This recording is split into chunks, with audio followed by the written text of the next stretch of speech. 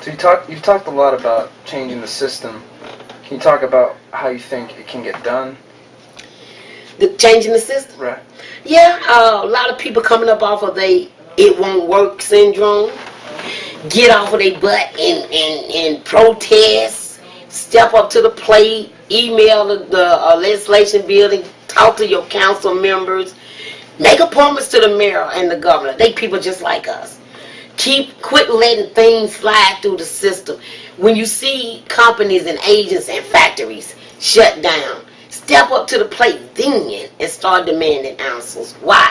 When you see lack of housing like we got now and no more trying to be open, but you see new convention centers coming up, you see new condominiums coming up, you see new hotels coming in from other states, you start speaking up, you start showing up at council meetings, you start having petitions, you start taking in 500 to 1,000 names, dropping them on the mayor's desk, send it to the president. People have to get up and start speaking up and standing up.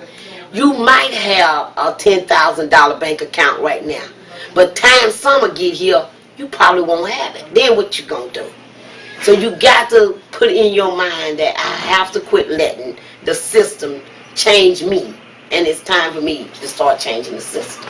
You talked a lot about talking to your legislature, talking to the governor, and protesting. Now, what if that doesn't work? What if no one listens to you? And I know the Homeless Power Project has been ignored in the past. So what do you do then?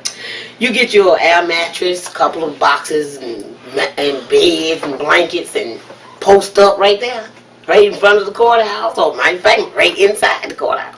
You just don't bow down. You keep on at it. You just go at it over and over. They didn't listen to me that time. I go to the next person. I just have to keep on fighting.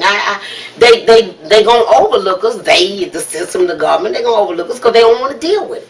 They just don't want to deal with it. I just consider myself in the homeless category and drug addiction category as misfits now, invisible. And I refuse to let that be. We are humans. We are God's children. We're somebody's child, daughter, mother, auntie, cousin, grandchild. So if that don't work, I just say to everybody, try it again, and again, and again. Write the letters to somebody else. Matter of fact, get their address at home. Write it to their wife. Write it to their daughter. Write it to somebody that's in their family. You just find another way to keep going. Just don't quit. That's right. And how about homelessness as an issue? What do you think is the solution to get people off the streets and into houses?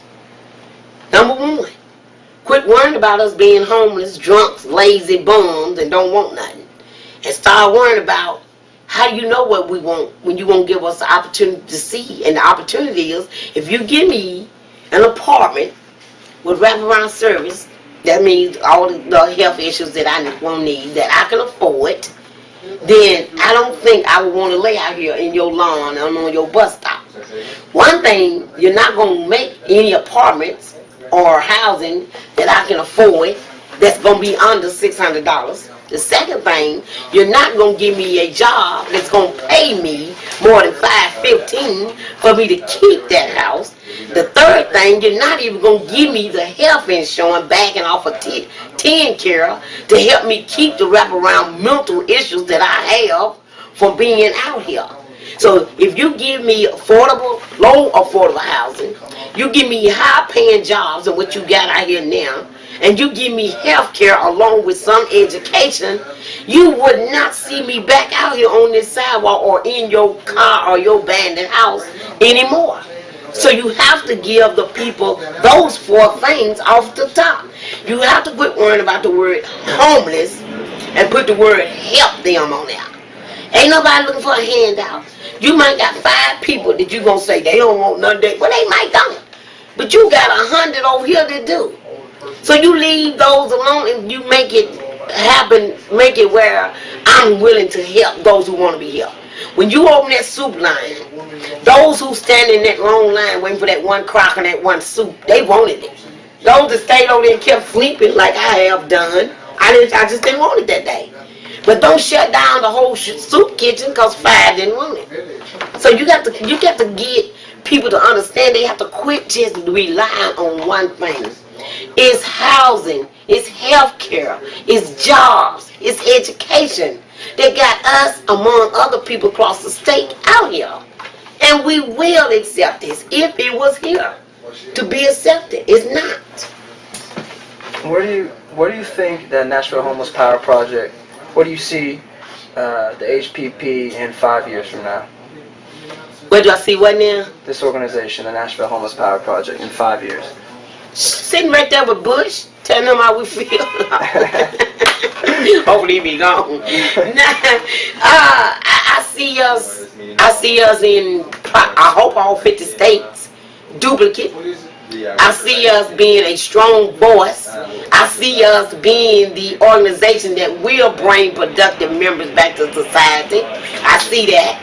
I see us being a powerful organization that's going to let everybody know, even the ones that you call the bums that won't come off the sidewalk, that's going to finally start lifting themselves up and being a voice and speaking up. Because they know we don't quit and we won't bow down. I see us sitting up there talking to the next president, telling them, let us tell you for a change. And I say that all the time. Won't y'all give us one day to let us on that side of the table, and you sit out here and be the audience. Because you're going to be the audience because you're telling us how to live our life and you have never lived it. But if you let us over there, you don't have to go through this 5-year paperwork and all these ordinances and all this. We're finna tell you what to do. We're finna tell you how to do it. We're finna tell you the solution. So if anybody just ever take a calculated risk and take all those businessmen and those businesswomen and those business suits and come over here on this side of the thrift store suit and the dollar store suit, I'm pretty sure in 5 years we can not only be them change the homeless, we can have some workable jobs, we can have some affordable houses, and we can tell them how to get it without spending all that money trying to build it ground up. When you got 1 million homes now boarded up everywhere, wood just all in the windows, all in the doors. You got cars and houses that have been confiscated from drug dealers and embezzlement peoples that can be used and auctioned off. We can tell you guys how to do this. Y'all need to give us your job, and y'all need to come on back over here. But this is what I would tell them. But Nashville Homeless Power Project in 5 years is going to be the coldest organization in Nashville that's going to be the voice for homelessness, because homelessness no more will be invisible across the country. No more. And we're going to hit all the states we can, and we're going to try to even hit the third world. But right now we got to get to our world, because we're a third world here in our own eyes, and nobody's really paying attention to it. All right, Clemmie, I want to thank you for this interview. Wonderful. Woo! You're going to see it online soon. Online? Yeah. I can tell me that. Thank you. Oh, Clemmie, you did good, girl.